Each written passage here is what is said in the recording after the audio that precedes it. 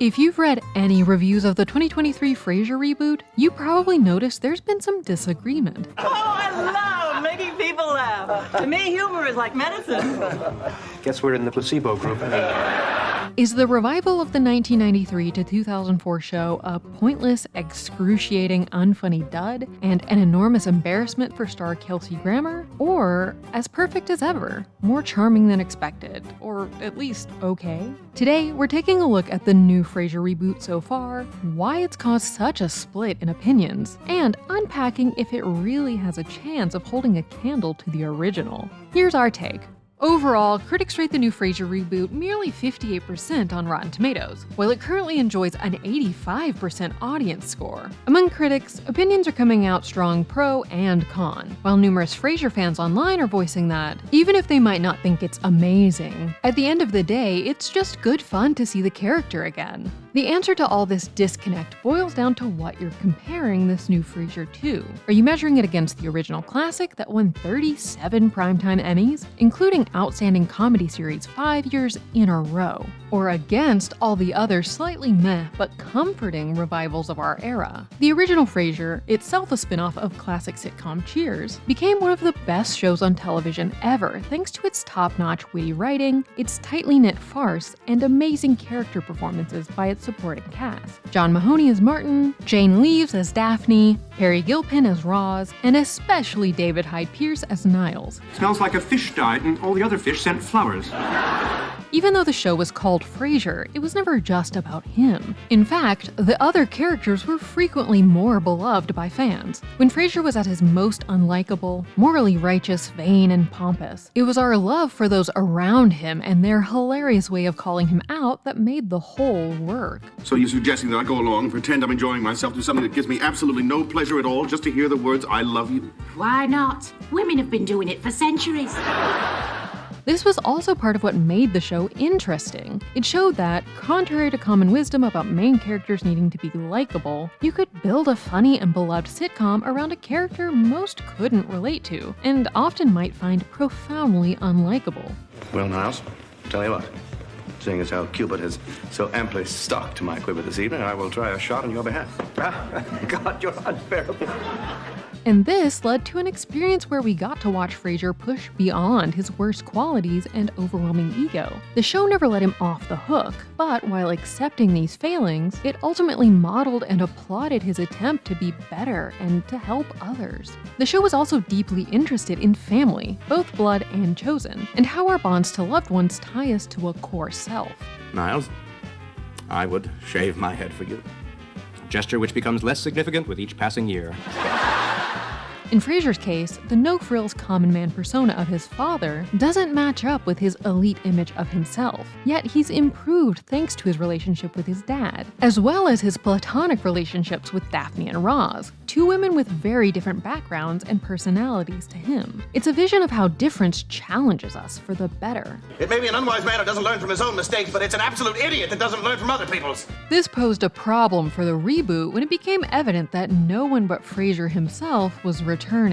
We are introducing a new exclusive video series only for members on Patreon. We're completely revamping our membership options on Patreon. And we're creating this new series that we really believe in. It is thoughtful deep dives into prestigious and classic films and TV shows, the ones that we think really merit conversation and thought. We will be creating these premium videos only to be seen by members, nowhere else. You know, you've spoken and we've heard you. You want more analysis of good films and shows. That's what we want to. But to be honest with you, YouTube has changed a lot in the last few years. The algorithm is not always going to prioritize what is going to be the most thoughtful or enriching thing that you can watch. Does that get to decide what you watch and what we talk about? As if. I don't think so. I think that we can still shape our own conversation. This is why we are so excited to be introducing Total Take, your ticket to an ad-free, premium, members-only series where we really give that deep thought to movies and TV shows that deserve it. And your support funds us, and allows us to make those videos. Click our link, see all the tiers that are available to you. Join us in our cinematic oasis, where we dive deep into the movies and shows that matter to us. We hope that this is what you come to us for, and this is what we really want to be able to provide for you. Sign up now and start talking to us about what you want to see in this series next. The new show, in broad strokes, seems to understand that all this was what made the original great. It tries to recreate the formula, but often what results is a pale shadow. Most glaring, of course, is the lack of everyone but Frasier, though Roz and BB are planned as guest appearances. We have to give Grammar credit that he snaps right back into the role and instantly feels like he's resurrected the old character we've missed. His performance alone provides a certain feeling of continuity between the two shows. But this was never just the Frasier Crane show, so making this one much more of a one-man show lessens it. The show attempts to replace the original supports with new characters who echo the ones we miss. A nephew who's half Niles, half Daphne, as he's their son. You know, you remind me of your mother. You can't tell me it's not Sahara dry in here. Now you remind me of your father. A professor with a bit of Niles' sarcastic erudite wit, a professional colleague with a bit of Roz's ambition and interest in men, and a sibling rivalry recalling Frasier's and Niles, a roommate with some of Daphne's down-to-earth charm, and a son with Martin's disdain for pretension and desire to work in a field that genuinely helps society in a concrete way. Sure, let's find someone who has low self-esteem and is also on fire and see which one of us they run to first. As the show gets rolling, these characters do start to find their funny moments. So dance, Bear, dance! But much of the material falls into the trap of tribute band imitation territory. It feels like it's rehashing what we loved in a less funny, less incisive, and obviously not as original way. And it doesn't have much purpose, besides to create more money from old IP. You're rich, you're famous, your students love you. For some reason, you smell naturally of sandalwood. In its first few moments, the reboot basically undoes the ending of the original series. In the finale, Fraser flew to Chicago to pursue love with Charlotte, putting romance above his career. But now, we're told that long-term off-screen relationship just ended, and Fraser actually found new career heights of fame and wealth in Chicago. So whatever point was being made about taking a risk to be vulnerable for love, and the sacrifice of stepping back from personal career ambitions has now been lost. Moreover, whereas the original show highlighted Frasier's and Niles' spending, it also sometimes pointed out it could be extravagant beyond their means. My salary isn't even covering my legal bills. Well, what do your lawyers tell you? Well, mostly, my salary isn't even covering my legal bills. Now, we're told Frasier is just magically wealthy to a degree where he has nothing to worry about. Not the greatest choice for adding stakes. Renting? No, well, I bought the whole building. What? How? With money, Frederick. Lots and lots of money. Why does he need to know your net worth? A man's true value has always been... Oh my God, Uncle, you're like a Rockefeller. We also see this issue in the plot point that Frasier keeps harping on Freddie for not making more money. If you're short of cash, I could just give you some money. Here we go. And also, what did you expect? Dropping out of Harvard. This is why I didn't tell you. This hardly sounds like the idealistic Frasier who, while he always had the most expensive and elite tastes, never directly equated worth with how much cash a person had, and would likely react in a far more nuanced way, perhaps applauding his son's principles while struggling to admit that he imagined a more high-status career for his son. We have plenty of chances to miss the original show's impeccable cast. Most of the replacements just aren't as funny. David's attempts at physical comedy make us pine for David Hyde Pierce's masterful skills and pitch-perfect delivery. Come on, let's go. Last thing I need is to have someone see us loitering outside here like gutter riffraff, pathetically scrounging for last-minute tickets. Freddie, who's been recast, also doesn't feel connected to the person we met as a kid and young adult on the original series. So instead of evolving out of what we already saw, he feels artificially rewritten to fit the role of next-generation Martin. There are jokes that play out on the old running gags, but they too feel like pale shadows, or don't feel quite consistent with nuanced character development. For example, when Frasier yells at Freddie, "Don't sit there!" Those are Christian Lacroix pillows. So we can't sit on a couch. Not in jeans. It's confusing because Frasier himself is only seen in jeans and sneakers in this reboot, including in that scene. His casual attire baffled so many fans it even required the show's team to clarify that these are apparently very expensive jeans and sneakers. And to be fair, Frasier did wear some very 90s jeans occasionally in the original show as well. Overall, the writing so far is simply not on the level of the original's exquisite wit, ingenious comedic episode structure, or ability to deliver powerful psychological or social insight. The show is from new creators who loved the original, and it feels like it's coming from fans rather than the same voice. The team behind this clearly appreciates what was so good about the show, but that's not the same as knowing how to make that magic. I'm sorry, Niles. I was afraid you were trying to get a picture of my butt. How exciting to be present at the birth of a new phobia. To be fair, many shows can need time to warm up, and at times the reboot captures a charm that, though not equaling the original, reminds us of it. The new Frasier centers itself on what the original show began with, an estranged father and son with different value systems struggling to reconnect. We have different values. Boy, that much is certain. In the original pilot, The Good Son, Frasier was the fancy pants judging his retired cop father Martin for his commoner tastes. Whereas in the Good Father pilot here, Frasier clashes with his son Freddie, who dropped out of Harvard and eschewed a higher paying career to become a firefighter. There's a cyclicality to Frasier becoming his own father. He just wants a father who accepts him. And the original show, due to its psychoanalysis focus, was always interested in these primal questions of family units and psyches that affect us all. You've got to come with us.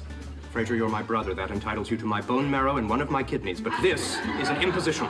The new pilot ends with Frasier forcing Freddie to move in with him, echoing Frasier reluctantly housing his aging dad after Martin's injury. The difficult yet rewarding challenge of reconciling their worldviews was symbolized by Martin's tattered and worn yet comfortable and beloved old chair, viewed by Frasier as an eyesore spoiling his perfectly curated Seattle apartment. Look, Dad, as dear as I'm sure that this piece is to you, I just don't think it goes with anything here. I know, it's eclectic.